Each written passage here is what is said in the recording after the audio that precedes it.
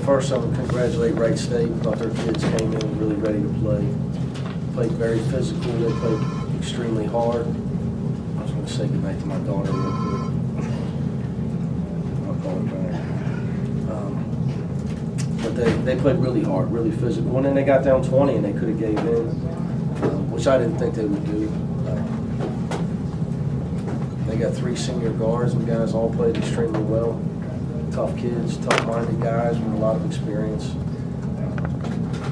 They taught us a few things tonight that we can use going forward about the way they played defense on us, especially in the first half. And they made us a better team. So obviously would have liked to have kept them at bay down 20, but they made some tough shots. You know, when teams play a 3-point shooter against Yancey Gates, they spot up 5 guys around the 3-point line. It's a tough cover, and I knew they were going to do that because that's really their only chance probably to win the game is to go with 5 shooters and try to spread us out. We don't see that a lot. It's a tough cover for Yancey and Thomas out there when they do that, but they did a pretty good job with it. Unfortunately, we were able to score, get in the press. That was the difference. You know, our Sean Kilpatrick making shots and our full court pressure were the 2 differences in the game, I thought. How much of a teaching point is it to play against a team like this that runs through their offense 2, 3, 4, 5 times, making sure they get a good look? Well, they have great discipline. You know, take a lot of pride in the fact that we turned them over 15 times. They don't do that. I think they're 6th or 8th in the country in fewest turnovers per game out of 340 teams. That's pretty impressive. We knew we were going to have to do that the other night because if we just let them run their offense and spread us out, they were going to run the clock down. And if they made shots at the end of the clock, they were going to shorten the game and make it a tough night on us. How concerned are you about the way they reacted to the Dayton game? How did you think they reacted? Oh, I was a wreck for a lot of reasons, Bill. You know, Dayton missed some open shots. People telling my guys how great we are. And then you come to practice Monday, and Ibrahim Thomas has got an infection. He doesn't practice Monday or Tuesday. Then you come to practice Tuesday, and Yancey Gates can't get out of his apartment. On campus, Justin Jackson's running down to tell you Yancey's all over the bathroom floor. Hasn't eaten in 2 days.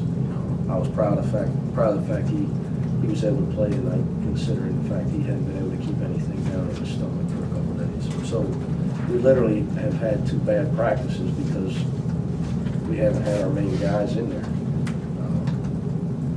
You know, so it's hard to be comfortable with your preparation.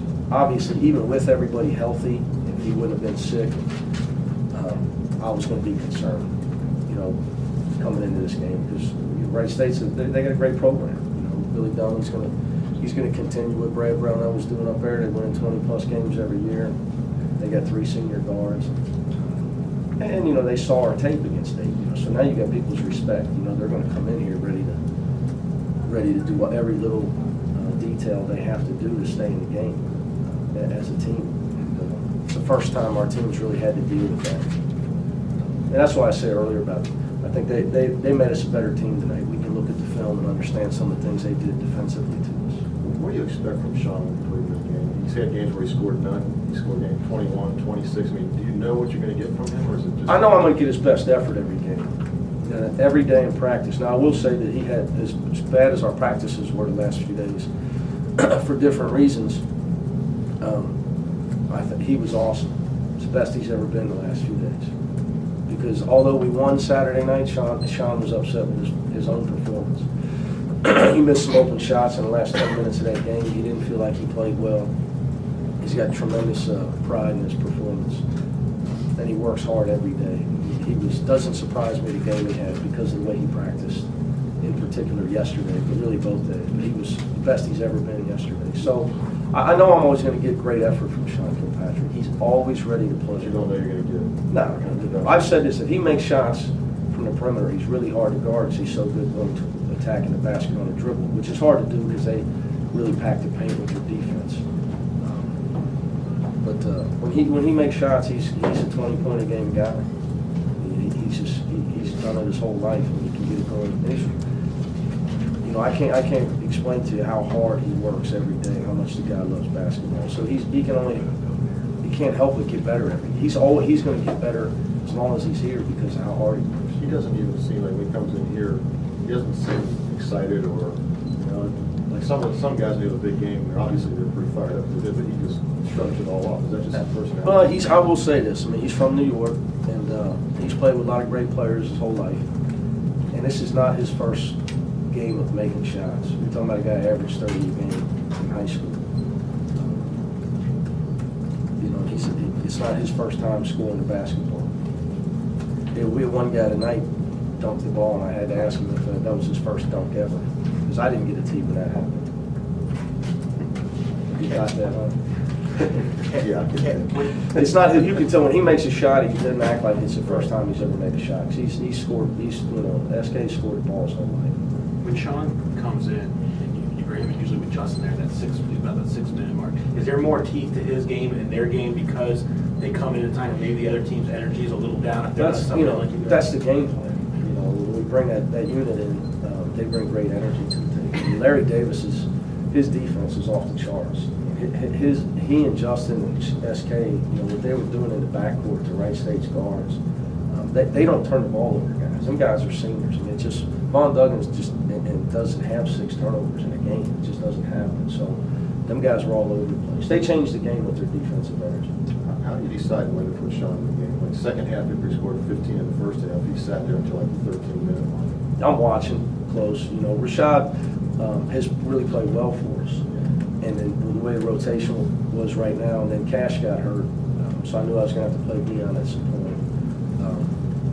You know, I probably should have come with him a little bit earlier, but we got off to a pretty good start and had expanded the lead. You know, we went from I think up 5 to up double figures until once I thought we started struggling to score a little bit.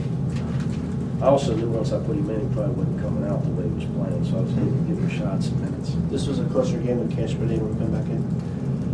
To be honest, I never got to report on that. You know, he said he was a little bit dizzy. You know, we were up 20. You know, I was going to let Dion and Park play it out. I think late they said he could. I think somebody came to him. He got bumped in the head. I don't know how it happened. He was a little dizzy. So they were concerned about it. And I think late somebody came and said if you need him, you can put him in. But at that point, we were all right. We got Rashad and SK in there to shoot free throws and handle the ball late. So talk about Jaquan struggling a little bit right now. Did you play him a little bit longer tonight in that one stretch, just trying to get him out of that? No, he's a good player. He's just right now he's struggling to make open shots. You know, he's struggling at the foul line. He's thinking too much. I think classic case right now. He's trying too hard. You know, he's too hard on himself. He wants to do better. He's putting too much pressure on himself. So he's just got to relax. But I was playing him because Cash at that point Cash was hurt.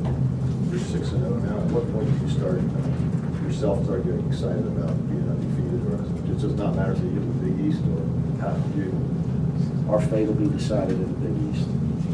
I'm worried. We got our first road game Saturday night. I know everybody's going to tell me Toledo's struggling, but it's our first road game. So, you know, I live day to day. Trust me. When them guys were sick the last few days, I was a nervous wreck about tonight.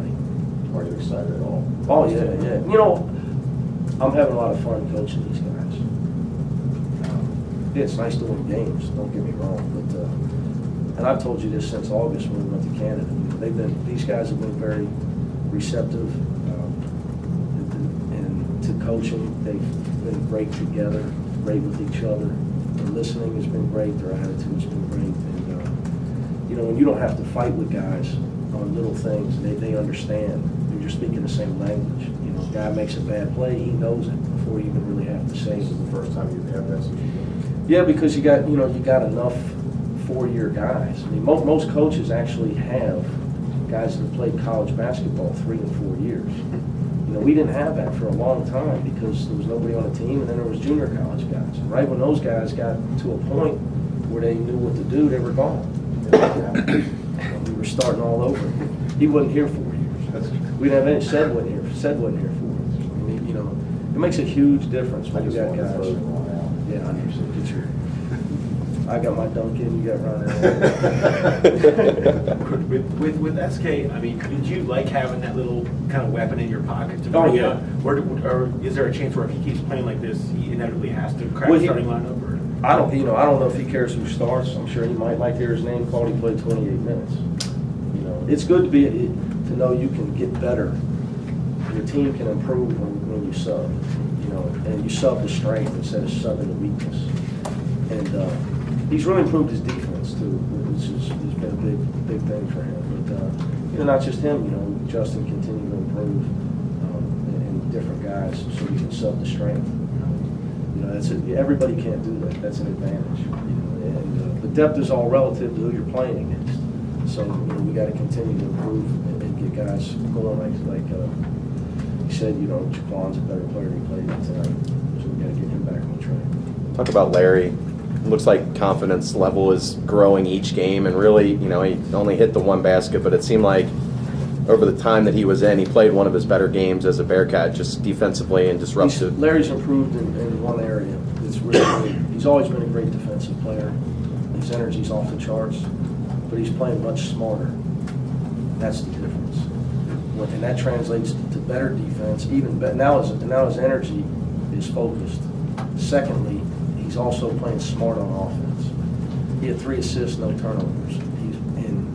He's not just he doesn't come in thinking he's got to make shots to stay in the game. He's just coming in playing as hard as he can and focused on defense. And he's given us great leadership. You know, he told me last spring, you know, Coach, I'll do anything my senior year. I just want to help us win. And I told him, I said, Larry, you made. What happens if you don't start? What happens if you don't play enough? Are you sure? Are you sure you're going to be okay with that? I met with each guy about where we were headed with our team. He said, Coach, I just want to win.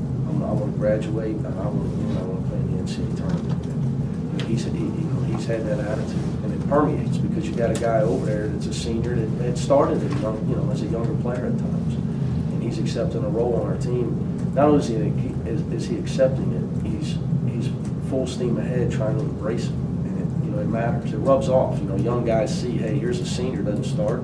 He's got a great attitude, and he plays harder than anybody on our team. You know, that has an effect on younger guys in your program.